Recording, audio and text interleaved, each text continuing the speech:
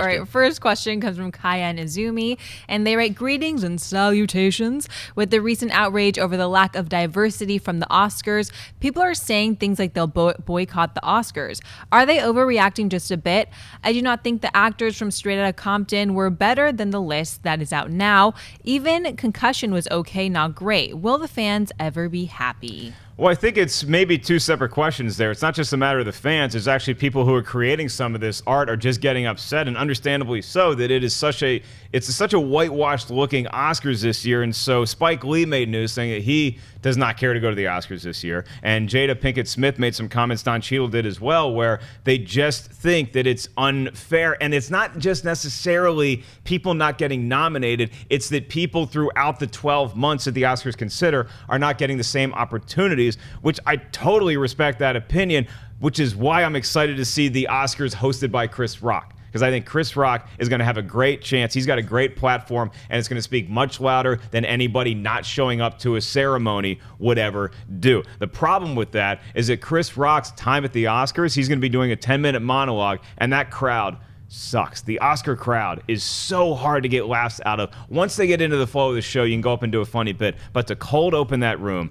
for 10 minutes talking about how the Oscars is whitewashed is going to be a trial. If there's one guy that could pull it off, it is definitely the comedic genius known as Chris Rock. It's a great year for him to be hosting. But as far as the question at hand, gentlemen, do you think that boycotting the Oscars is going to have any long-term effect on Hollywood employing more minorities?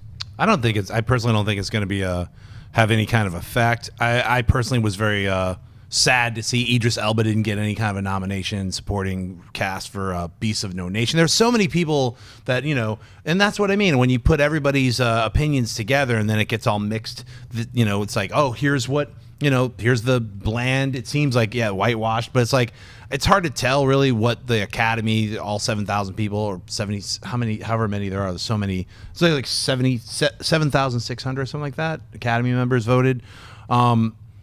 Yeah, you know what? I'd love to see Paul Mooney host the Oscars. That would be the most incredible thing. I mean, I hope Chris Rock does not just kind of try to make fun of it, but actually makes a few real statements about cultural diversity. Let me tell you, so I've worked with Paul Mooney doing stand-up before. The Oscars would be a 9-hour telecast if Paul Mooney hosted the Oscars. He's a genius writer, but my God, he likes to talk a lot. Dennis, what's your take on this? Well, personally, I wouldn't boycott the Oscars for it, but I can respect their decisions to do so if they feel like, and there's also, it's all a matter of opinion, but like personally, I found like a movie like Creed or Straight Outta Compton, I like those movies better than Bridge of Spies. But then you talk about the Academy, 6,000 or 7,000 Academy members. Right. They did a survey in 2014, and listen to this breakdown.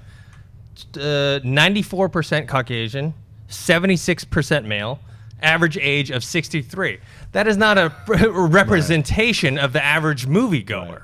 Do you know how hard it is? My mom is like 63 years old. Do you know how hard it is to get a 63-year-old person out to the movies? Yeah. It's not easy when you have younger people like us that go see them all the time. So I just feel like they need to diversify that voting base, and then you'll get more diversity in terms of the movies. I mean, I look at somebody like, and the one thing I'll disagree with the emailer is that I think that Jason Mitchell as Eazy-E was worth getting a Best Supporting Actor nomination, and it just seems to be rubbing it in everybody's face when you have 10 available slots for Best Picture, and you just don't use them. Like, it just seems like such a dick move to me to be like, there's only 8 movies that are worthy of consideration. Right. Especially when you throw Bridge of Spies in there being one of them, which is an enjoyable movie. I liked it. But that movie's nominated for Best Picture because it's got a famous guy directing it and a famous guy starring in it. And where you could have put Straight Outta Compton. You could have put Inside Out in there. Right. You could have put Creed in there. It just seems like there were a lot of opportunities that not only went to somebody else, but just were wasted, and now nobody gets to enjoy those. Plus, I think, unfortunately, the way these kinds of voting things work, you'll see this happen a lot, especially with the Oscars. Like you see, it's a white male, 63. I don't think they saw every movie. And then when it comes time to vote and they like see the little thing, they're like, oh yeah, Spielberg, I love him. Yeah. I didn't see Bridge of Spies, but I'm going to put that in my top 5. Like name recognition. It's name recognition. A lot of people have not seen even 1/10 of all the films that they're voting on. and they're just going to pick people that they know. I love this person. I think this person's a good actor.